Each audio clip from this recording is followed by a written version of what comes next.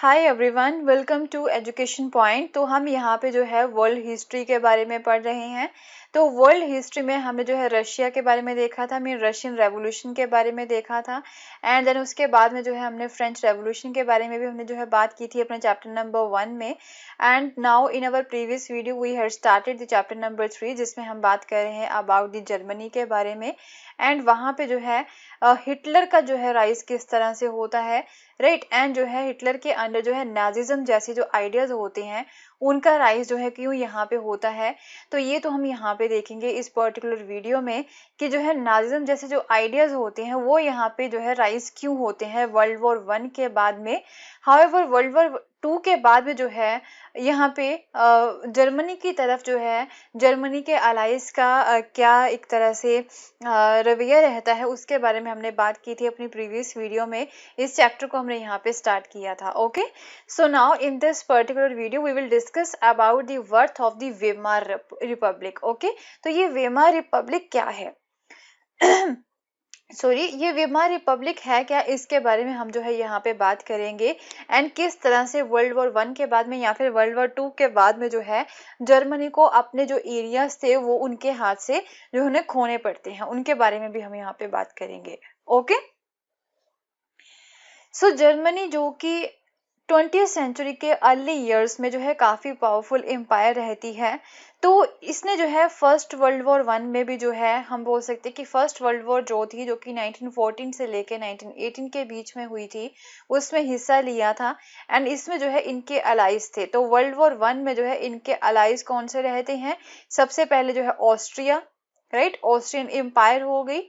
And दूसरे थे यहाँ पे ये जो है इनकी जर्मनी के जो है एक अलाई कौन रहता है, वो ऑस्ट्रिया ही रहता है।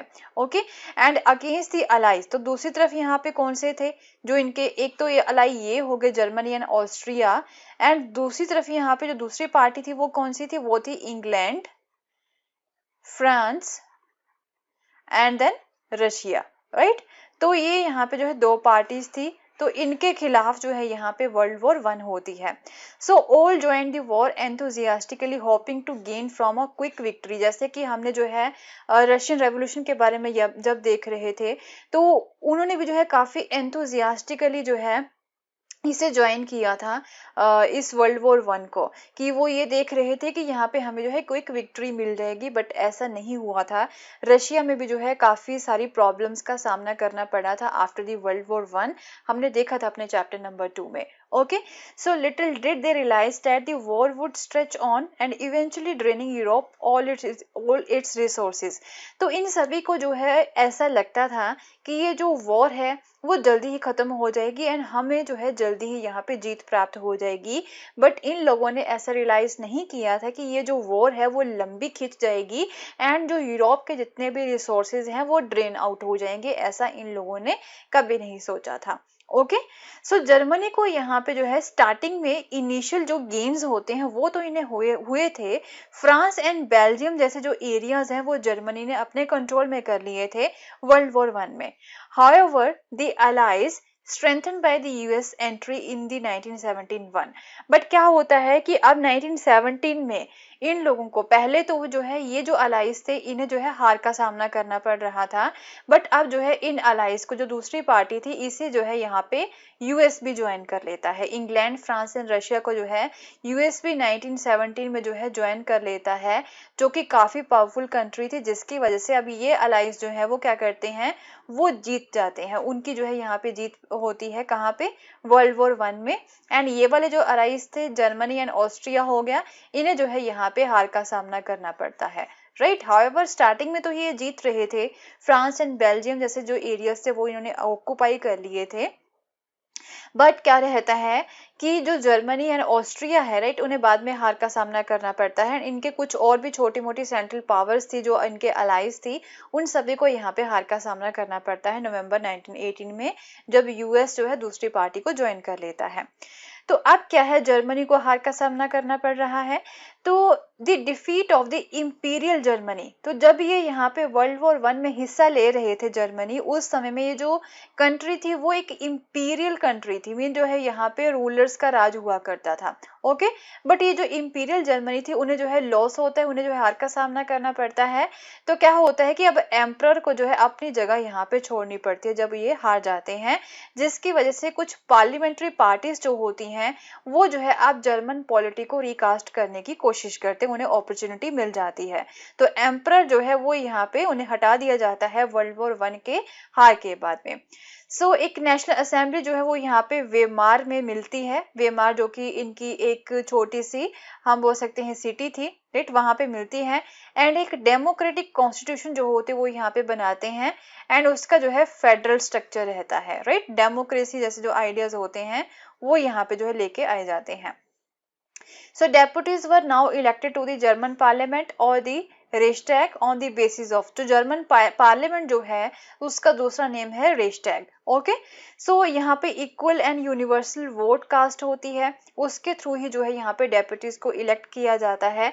एंड इवन वुमेन जो होती है उन्हें भी यहाँ पे वोट डालने का जो है हक यहाँ पे दिया गया था। So this republic, however, was not received well by its own people, largely because of the term it was forced to accept after the Germany defeat at the end of the First World War।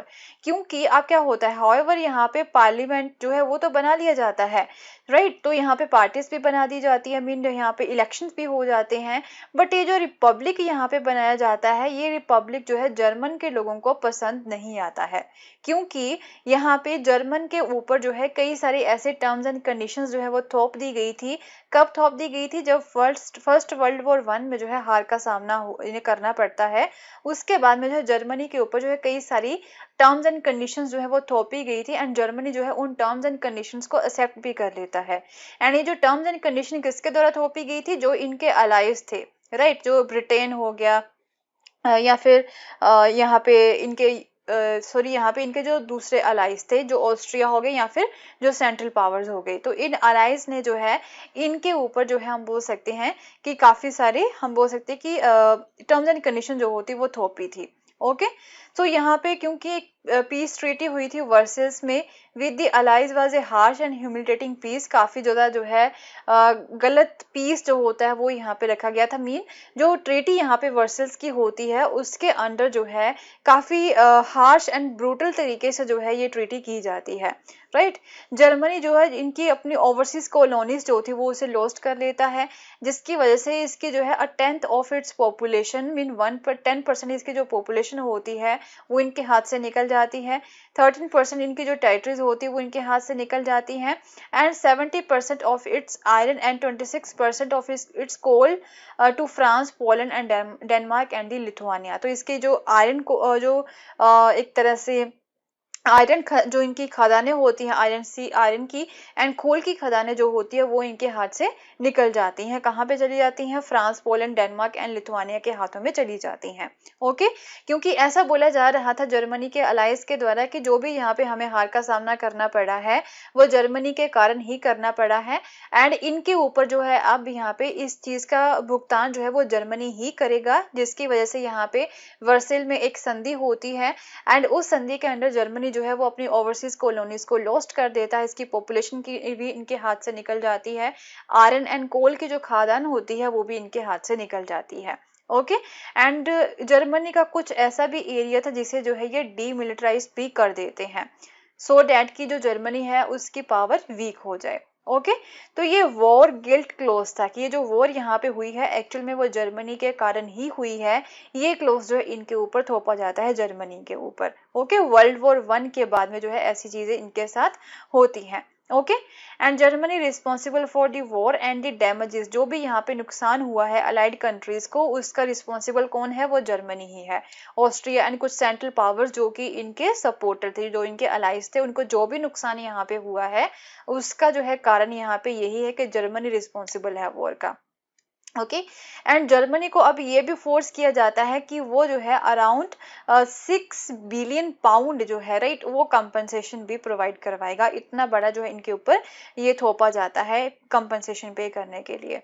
Okay, so the allied आर्मीज also held Germans the new Weimar Republic responsible for not only the defeat in the war but the disgrace at the Versailles। तो अब क्या होता है कि ये जो है छोटा सा जर्मनी रह जाता है। यहाँ पे आप देख सकते हैं ये वाला जो एरिया है, राइट, ये इसे जो है डीमिलिटराइज कर दिया जाता है। एंड देन उसके बाद में जो है कुछ और भी एरिया थे land under the league of the Nations control. ये वाली जो लैंड है वो भी इनके हाथ से चली जाती है। पहले ये सारा ही एरिया जो है जर्मन के कंट्रोल में हुआ करता था, ये भी लैंड जो है इनके हाथ से चली जाती है, राइट। एंड ये लैंड जो है वो यहाँ पे डीमिलिटराइज कर दी जाती है। एंड ये जो पर्पल वाला आप देख रहे हो ये छोटा सा अब जो है इनका रिपब्लिक रह जाता है। इसे जो है यहाँ पे क्या बोला गया था, इसे जो है वेमार रिपब्लिक बोला गया था, जो कि कब बनता है, after the first world war. Okay, तो क्या होता है यहाँ पे कि इन सभी को ही जो है रिस्पॉन्सिबल माना जाता है। तो अब क्या होता है, the effects of the war, war के क्या इफेक्ट्स होते हैं और क्या क्या इफेक्ट्स पड़ते हैं आम लोगों के ऊपर।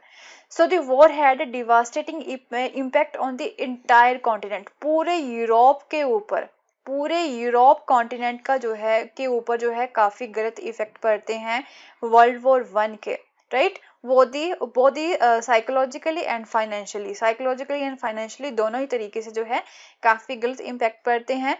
क्या होता है, यूरोप जो है एक समय में क्रेडिटर्स की कंट्री हुआ करता था, मीन जो है ये पैसा दिया करता था लोगों को, बट अब जो है ये कर्जदार बन जाता है। यूरोप जो है वो कर्जदार बन जाता है, इसके ऊपर कर्जा चढ़ जाता है, इसके ऊपर जो है लोन्स जो है वो यहाँ पे आ जाते, मीन अब जो है डेप्टर्स बन जाते हैं ये।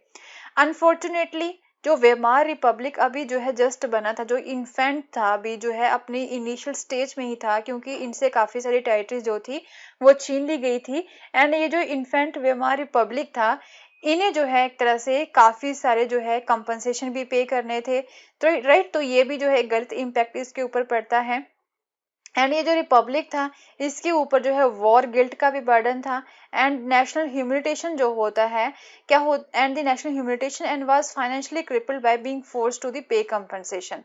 तो नेशनल ह्यूमिलिटेशन ऑब्वियसली होगा जब इन लोगों को जो है इतना सारा पैसा जो है एज ए कंपनसेशन दूसरी कंट्रीज को देना है, तो जो इनके खुद के लोग हैं उनके लिए तो ये उन्हें जो है ह्यूमिलिटेट करने वाली ही बात हो गई ना, राइट।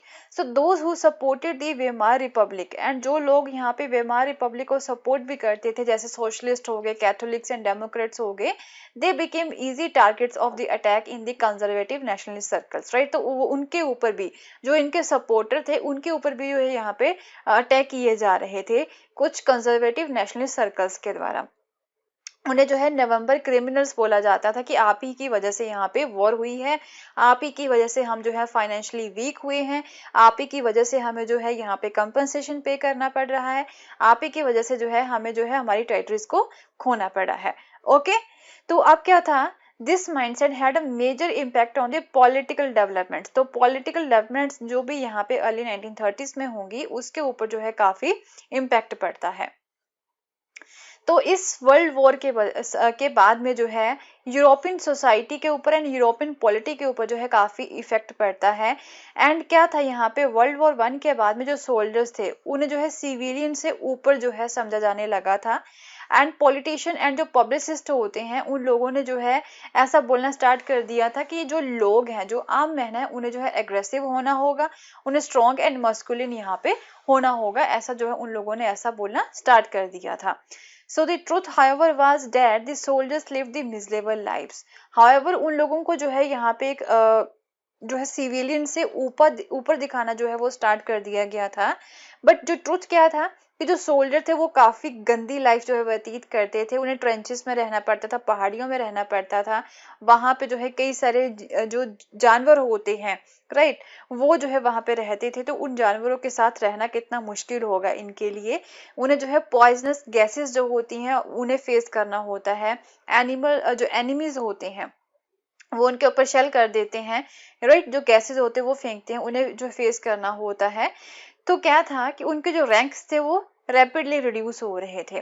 तो एग्रेसिव वॉर प्रोपेगेंडा यहाँ पे चल रहे थे, and the national honor occupied the central stage in the public sphere, and while popular support grew for the conservative dictatorship that had recently came into being। अब क्या था, जो लोग थे वो क्या कर रहे थे, उन लोगों को अब जो है जो नाजिस्ट थे, राइट, जो नाजिज्म थे, या फिर ये जो जर्मनी ने जो वेमार रिपब्लिक थी, राइट, उनके ऊपर जो है लोगों का विश्वास जो था, नाजिज्म तो अभी यहाँ पे स्टार्ट नहीं हुआ था, जो वेमार रिपब्लिक थी, राइट, उनके ऊपर जो है लोगों का यहाँ पे विश्वास जो था वो उठता जा रहा था। ओके, हाउएवर डेमोक्रेसी जो थी वो एक यंग एंड फ्रेजाइल आइडिया था, जो कि इंटर वॉर यूरोप में जो है अभी भी इनस्टेबल था, वो वहां पे अच्छे से स्टेबल नहीं हो सकता था। तो काफी जो सिचुएशन थी जर्मनी की वो काफी खराब हो जाती है वर्ल्ड वॉर 1 के बाद में, जो है उन्हें कंपनसेशन पे करने से उनकी टेरिटरी छीन ली जाती है, वहाँ की जो पॉलिटी होती है, राइट, वो भी हम बोल सकते हैं उसके ऊपर भी काफी इम्पेक्ट पड़ता है।